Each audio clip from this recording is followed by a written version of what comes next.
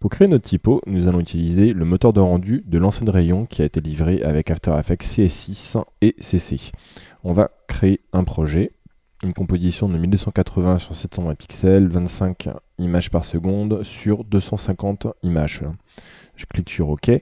Nous allons avoir une alerte qu'il est important de lire. Rendu 3D avec l'ancienne rayon active tout ce qui est les capacités 3D d'After, de vraie extrusion. Les fonctions suivantes ne sont plus utilisables. Mode de fusion, calque par approche, style de calque, etc., etc. Pour résumer, tout ce qui est mode de fusion, tout ce qui est effet, tout ce qui est masque, tout ce qui est cache par approche ne vont pas pouvoir être utilisables sur les calques extrudés. Heureusement, nous pouvons nous servir de ça sur les calques standards. On verra plus tard comment utiliser, comment contourner cette contrainte et ne pas être trop gêné par ça. Donc, cliquez sur OK. On se retrouve à l'intérieur de notre composition et je vais commencer à taper notre texte. Donc néon, et j'utilise la police code bold qui est gratuitement téléchargeable. Je vais utiliser une couleur gris neutre. Je vais maintenant activer la 3D. Vous voyez, l'ordinateur réfléchit un court moment et on voit ici en haut système de rendu 3D avec l'ancienne rayon. Si je clique ici, je vais aller dans mes paramètres de composition, je vais pouvoir changer dans les paramètres de rendu, passer par exemple à la 3D classique. Donc effectivement, si vous utilisez la 3D classique d'After avec des calques strictement bidimensionnels que vous ne pouvez pas plier, vous allez utiliser cet onglet ici. Sinon, vous allez utiliser ici la 3D avec l'ancienne rayon qui vous permet d'extruder les calques avec toutes les contraintes que nous connaissons. Je clique sur OK. Maintenant, je vais appuyer sur AA pour faire apparaître les options de géométrie. Et je vais ici extruder, profondeur extrusion, sur 30 par exemple. Je vais maintenant créer une caméra majuscule CTRL-ALT-C. Je vais lui demander 28 mm. Avec C, je me mets en outil caméra unifiée. Et je vais mettre légèrement de côté et un peu zoomer sur l'image. Donc voici ma typo extrudée. Vous pouvez voir effectivement qu'elle a une véritable profondeur.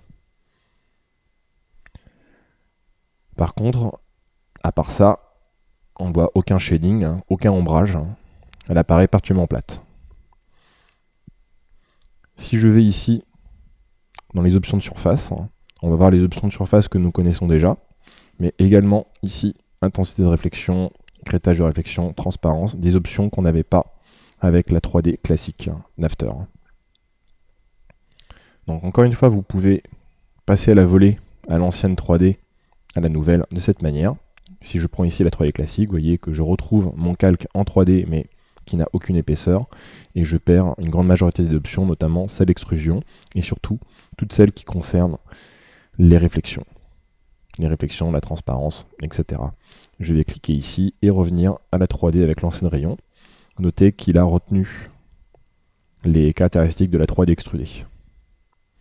Alors maintenant, avant de commencer à lui mettre des paramètres de réflexion ou de transparence, je vais commencer à créer un ombrage. Donc pour ça, je vais créer des lumières. Donc je peux ici dans Calque créer lumière, ou alors CTRL-ALT majuscule L. Je vais demander une lumière concentrée, blanche, à 100%, tout laissé par défaut. Pas lui demander d'atténuation pour le moment, et je ne vais pas lui demander de projeter une ombre. Clique sur OK, revenir à la valeur comme ça.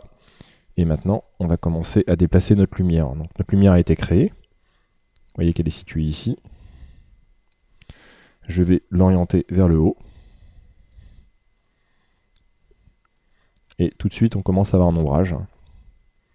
La profondeur existe réellement. Je vais déplacer ma lumière sur son axe X. Et je vais l'appeler Keylight. On va créer un éclairage en 2 points classique. Donc ça, c'est ma lumière principale sur le côté. Je vais maintenant dupliquer cette lumière avec CTRL-D. Je vais l'appeler la deuxième fil. Appuyer sur P pour faire apparaître la position et la balancer sur le côté. Je vais diminuer son intensité environ à 48. Je vais diminuer l'intensité de la Keylight à 80. Alors vous voyez que je fais apparaître les intensités de lumière avec T. Comme le calque de lumière n'a pas de transparence, que vous appuyez sur T, vous faites à la place apparaître l'intensité.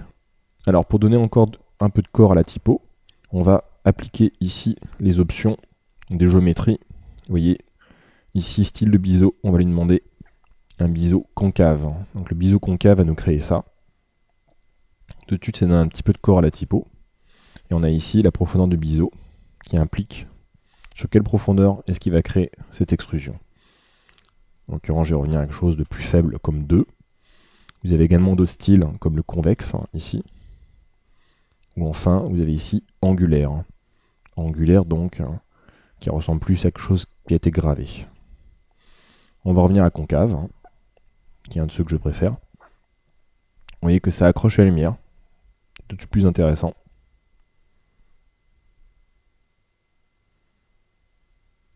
Et maintenant, nous allons pouvoir passer à nos réflexions.